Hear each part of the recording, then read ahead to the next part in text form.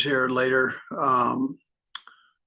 But I think we came out fairly healthy of this game. And so I don't think there's going to be a whole lot to talk about even so. And, with that, I'm going to leave it up to you guys. Go ahead and fire away. We'll go first to Jesse Newell. Jesse? Hey, Kelsey, I have a follow-up too. Hey, Andy, you said after the game the Raiders were bringing an extra guy to stop the run, but I just wondered after watching, what was your overall evaluation of your guys' run game against the Raiders? Yeah, we can do better in that area. And so I've got to make sure that I give the guys the right things to run against that defense. And then, the guys have to do their job on top of that. So it's kind of a package deal there. And, but I didn't feel like I was necessarily putting them in the best position against that. Great. And since the last time we talked, I think you made your movie debut. I just wondered what part of that experience you're going to remember most. Yeah. I didn't have a real big part in it, thank goodness. Or the movie probably wouldn't have been as good as it was. So that's a good thing. So, but I enjoyed the people with Hallmark. They sure do a nice job with things, and it's a local group here. So it's, they're Kansas City grown, and I appreciate their support. I think we have a unique relationship between the two organizations, which is something. I mean, Hallmark is one of those we all grew up with. If you needed a Christmas card, you knew where to go. And you get a Hallmark, and you knew you're in good hands there. So, but anyways, that it was fun. It was fun for what I did there. I mean, they made it painless. We'll go next to Adam Teicher. Adam? Hey, Andy. Just curious what the plan will be for DJ Humphries this week, what his practice week is going to look like. And Kelsey, I'll have a second question as well. Yeah, and we'll work him in and let's see what he can see how he feels. That's the main thing. He hadn't played in a while, so I just want to make sure he's in good position. He did a nice job last week working in there, and we'll do a little bit more with him this week. Okay. And obviously this season hasn't gone like you thought it would or like you hoped at left tackle. So why not? What's gone wrong there?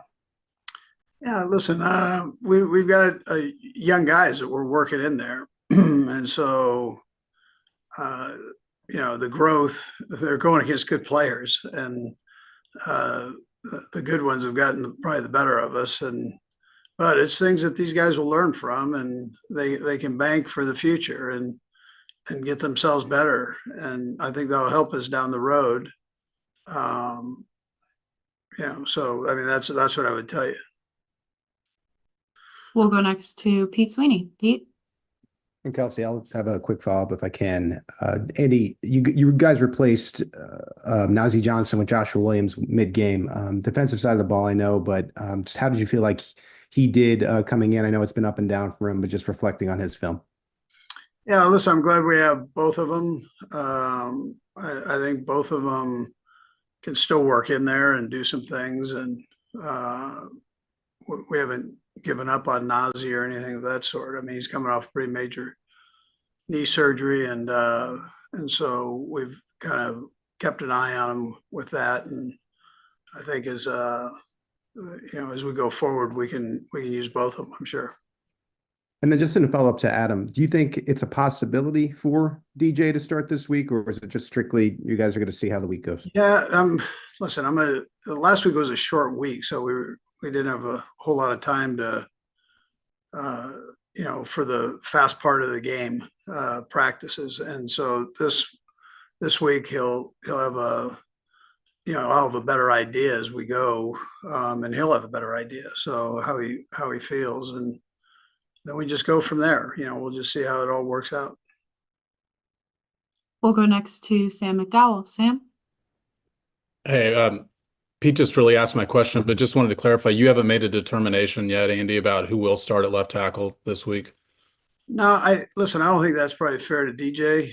Right now, just him coming off this offseason. So I think we just play it by ear, Sam, as we go. And if he feels okay, then we give him an opportunity. If it's not where it needs to be, then you don't. So it's, we'll see how it goes. We'll go next to Matt Derrick. Matt. Coach, my first question was kind of in that vein too, but if DJ's not ready, would you be rolling with Joe at that spot for now? Well, that's another one of the options that we've got. So we finished the game that way, and I'd rather have Joe playing in a guard because he's very good there. But Caliendo isn't bad either. So it's that's a good problem to have. But we've got some flexibility there as needed. And Xavier had a pretty nice game. Had a good job of being able to get the ball to him in space. I know we talked about him kind of hitting that point like Rasheed last year, but could this game be a turning point for him, just as far as some of the things that he's comfortable with doing and the positions you're putting him in?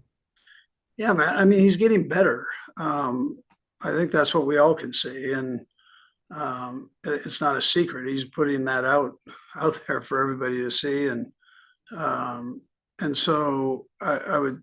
My main concern is that he just keeps doing that. That's what you want to do, and keep working to better yourself, and let's just see where it all ends up at the end. But he's doing a nice job. He's got the trust of the quarterback. He's got the trust of the coaches. He's playing fast. Looks like he's gotten his legs back from training camp in the early part of the season. So all of that's positive stuff. But you got to keep putting the product out there.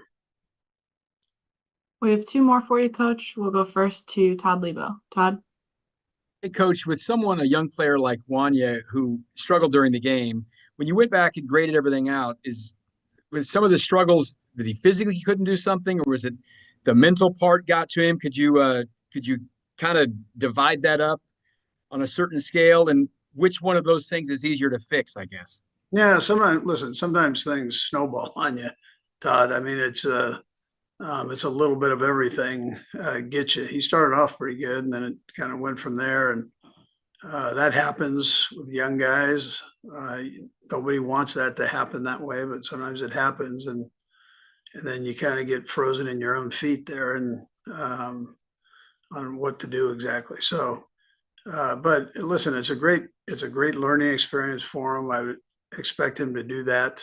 Whatever direction this thing goes, I would expect him to do that. And he's a good kid and he works hard. So I tell you the same thing with Kingsley. Both of them have got some valuable experience this year, and we'll continue to hope that they would learn from all that. We'll go last to Nate Taylor. Go ahead, Nate. Hey, Andy, I have a couple for you as well. The first is, given the highlight that we saw on Friday, was that a signification with Kelsey's lateral that he's earned the right for that play to actually be designed in the playbook? Has he earned that part of the his signature flip? He's been doing it for a few years, so it's we do it in practice every day. You guys see that, so you know that this isn't just something that we throw out there on game day. I mean, it's it's something we do, and so everything's okay with that. It's just as long as you complete them. And then secondly, it seems, Andy, that you guys are playing Jaden Hicks a little more over these last few weeks. Just what's the reasoning behind that, and how much do you think he might sort of progress between now and obviously you guys clinching a playoff spot? Yeah, sure. No, he's a good player, and so him working in there, I think, is a positive. Again, he's a young guy that needs to keep progressing and challenging himself that way.